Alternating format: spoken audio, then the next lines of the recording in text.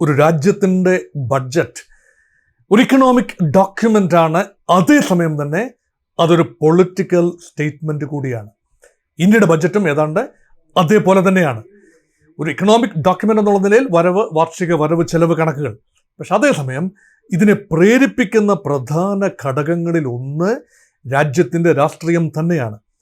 പ്രത്യേകിച്ച് നമുക്കറിയാം, 18ാം ലോക്സഭാ തെരഞ്ഞെടുപ്പിന് ശേഷം ഉരുത്തിരിഞ്ഞു വരുന്ന രാഷ്ട്രീയ സാഹചര്യങ്ങളിൽ നിതീഷ് കുമാർ എന്ന ബീഹാർ മുഖ്യമന്ത്രിയുടെയും ചന്ദ്രബാബു നായിഡു എന്ന ആന്ധ്രാപ്രദേശ് മുഖ്യമന്ത്രിയുടെയും സഹായത്തോടു കൂടിയാണ് ഭാരതീയ ജനതാ പാർട്ടിയുടെ നേതൃത്വത്തിലുള്ള കേന്ദ്ര സർക്കാർ, NDA സർക്കാർ നിൽക്കുന്നത്. അപ്പം മോദി സർക്കാരിന് തുടരണമെങ്കിൽ നായിഡുവിൻ്റെയും നിതീഷിൻ്റെയും കലവറയില്ലാത്ത പിന്തുണ ആവശ്യമാണ്. ഈ ഒരു പിന്തുണ നൽകുമ്പോൾ അതിനൊരു വില കൊടുക്കേണ്ടി വരും. അത് നമുക്കറിയാം. ഒരു രാഷ്ട്രീയ പിന്തുണ ഗവൺമെൻറ് രൂപീകരണത്തിന് വേണ്ടി ഘടകകക്ഷികൾ പിന്തുണ കൊടുക്കുമ്പോൾ അത് ഘടകകക്ഷികൾ ചേർന്ന് തന്നെയാണ് മുന്നണി. പക്ഷെ ആ പിന്തുണ നൽകുമ്പോൾ they will extract A pound of flush. ഇതാണ് പൊതുവെയുള്ള ചിത്രം.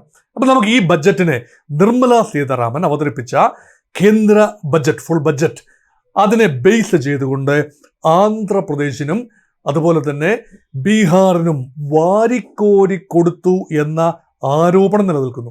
അതിൻ്റെ സത്യാവസ്ഥയെക്കുറിച്ച് നമുക്കൊന്ന് പരിശോധിക്കാം. ആന്ധ്രാപ്രദേശിലേക്ക് വരാം. ആന്ധ്രാപ്രദേശിൽ 15,000 കോടി രൂപയുടെ അടിസ്ഥാന സൗകര്യ വികസനത്തിൻ്റെ പ്രത്യേക പാക്കേജ് എന്ന് പറയുന്നില്ല എങ്കിലും ആ ഒരു തുക പ്രത്യേകമായി വകയിരുത്തിയിരിക്കുന്നു. അത് പ്രത്യേകമായി അമരാവതി നഗരത്തിൻ്റെ ഒരു വികസനത്തിന് വേണ്ടി ആയിരിക്കണം. അതായത് നായിഡുവിൻ്റെ ഒരു സ്വപ്ന പദ്ധതിയാണ് അമരാവതി. ചന്ദ്രബാബു നായിഡു മുൻപ് മുഖ്യമന്ത്രിയായ സമയത്ത് ആന്ധ്രാപ്രദേശിൻ്റെ തലസ്ഥാനം അമരാവതിയിലേക്ക് മാറ്റാനുള്ള എല്ലാ തീരുമാനങ്ങളുമായതാണ്.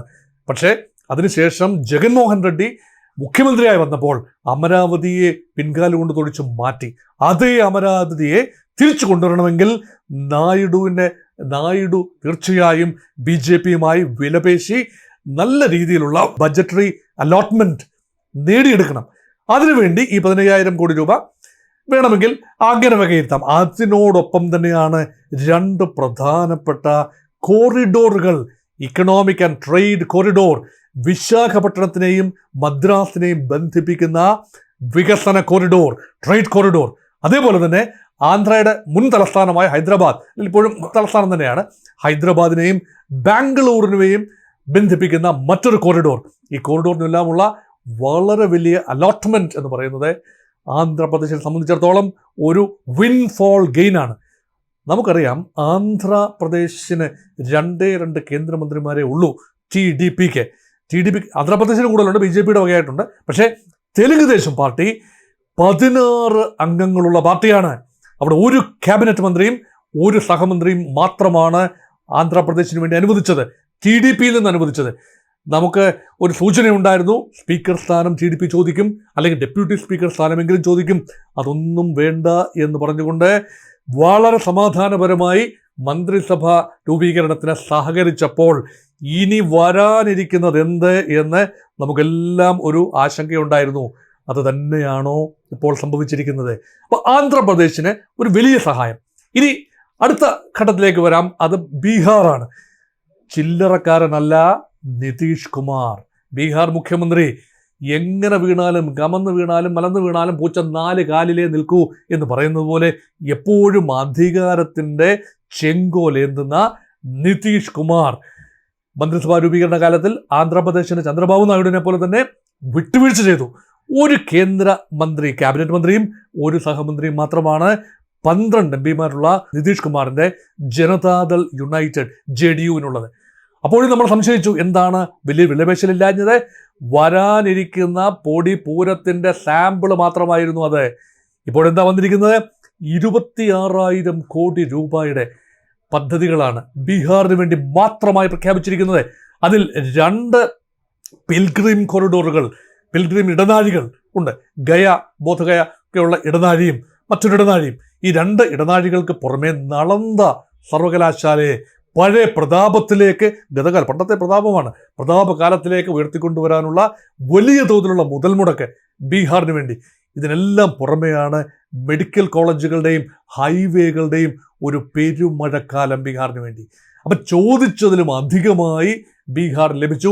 പ്രത്യേക പാക്കേജ് ആന്ധ്രയ്ക്കോ ബീഹാറിനോ ഇല്ല എന്ന് പ്രധാനമന്ത്രിയും ധനകാര്യമന്ത്രിയും ആണയിട്ട് പറയുമ്പോഴും ഇത് പാക്കേജ് തന്നെയാണ്. പാക്കേജ് എന്ന ആ ഒരു മധുര പ്രയോഗം ഒഴിവാക്കിക്കൊണ്ട് യഥാർത്ഥത്തിൽ പാക്കേജ് തന്നെയാണ്.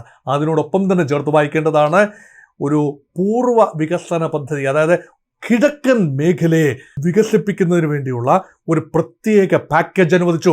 അവിടെ നോക്കൂ, സംസ്ഥാനങ്ങൾ എന്തൊക്കെയാണ്. ബീഹാർ അതിനകത്തുണ്ട്, ബംഗാൾ വലിയ പ്രതീക്ഷയുള്ള സംസ്ഥാനമാണ്. ബംഗാൾ പാക്കേജ് എന്ന് പറയുന്നില്ല, വലിയ തുക അലോട്ട് ചെയ്തുകൊണ്ട് BJPക്ക് ബംഗാളിൽ വേരുറപ്പിക്കാനുള്ള ശ്രമമാണ്. അതുപോലെ ഇപ്പം BJP അധികാരം പിടിച്ചെടുത്ത ഒറീസ, ആന്ധ്രാപ്രദേശ്, ആസാം, അവിടെ പ്രളയ പാക്കേജ് ഉൾപ്പെടെ ബീഹാറിലും ആസാമിലും പ്രളയത്തിന് പ്രത്യേക തുക, പ്രളയ ദുരിതാശ്വാസത്തിന് പ്രത്യേക തുക കൂടി അനുവദിച്ചുകൊണ്ട് നല്ല ഒരു ഡീലാണ് കിഴക്കൻ മേഖലയിലേക്ക് BJPയും NDA മുന്നണിയും അവരുടെ സർക്കാർ ഇപ്പോൾ പുതിയതായി രൂപീകരിച്ച 18 ലോക്സഭയിലെ മോഡി സർക്കാർ ഇപ്പോൾ മുന്നോട്ട് വച്ചിരിക്കുന്നത്. അതുകൊണ്ട് ഒരാരോപണം പങ്ക്യാന്തരേണ പറഞ്ഞു വെക്കുകയാണ് കേരളത്തിലെ കൊല്ലം മണ്ഡലത്തെ പ്രതിനിധീകരിക്കുന്ന NK പ്രേമചന്ദ്രൻ. NDAക്ക് അദ്ദേഹം കൊടുക്കുന്ന വ്യാഖ്യാനം, അദ്ദേഹം മാത്രമല്ല പലരും വ്യാഖ്യാനം കൊടുത്തു.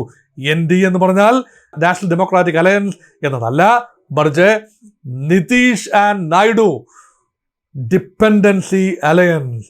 നിതീഷിനെയും നായിഡുവിനെയും N2DA, Nitish Naidu dependent alliance, നിതീഷിനെയും നായിഡുവിനെയും മാത്രം നമ്പി അധികാര കസേര സംരക്ഷിക്കാനായി മോദി നടത്തുന്ന ഒരു അഭ്യാസമായി ഈ ബഡ്ജറ്റിനെ അവർ വ്യാഖ്യാനിക്കുകയാണ്, അദ്ദേഹം വ്യാഖ്യാനിക്കുകയാണ്. രാഹുൽ ഗാന്ധി അവസാന ശവപ്പെട്ടിയിലെ അവസാന ആണിയും കൂടെ അടിച്ചു വെച്ചു. രാഹുൽ ഗാന്ധി അടിച്ച ആണി ഇതാണ്, ഇത് കസേര സംരക്ഷിക്കാനുള്ള ബഡ്ജറ്റാണ്, മോദിയുടെ കസേര സംരക്ഷിക്കാനുള്ള ബഡ്ജറ്റാണ്. അതുകൊണ്ട് ബഡ്ജറ്റിന് ഒരുപാട് നന്മകളുണ്ട്. ആ നന്മകളെ ഒന്നും തന്നെ അവഗണിക്കുന്നില്ല. ഈ പ്രത്യേക വീഡിയോയിൽ ഇപ്പോൾ സംസാരിച്ചത് ആന്ധ്രയ്ക്കും ബീഹാറിനുമായി മറ്റ് സംസ്ഥാനങ്ങൾക്ക് ഇല്ലാത്ത എന്തെങ്കിലും നൽകിയിട്ടുണ്ടോ എന്നതിൻ്റെ ഒരു വിശകലനം മാത്രമായിരുന്നു.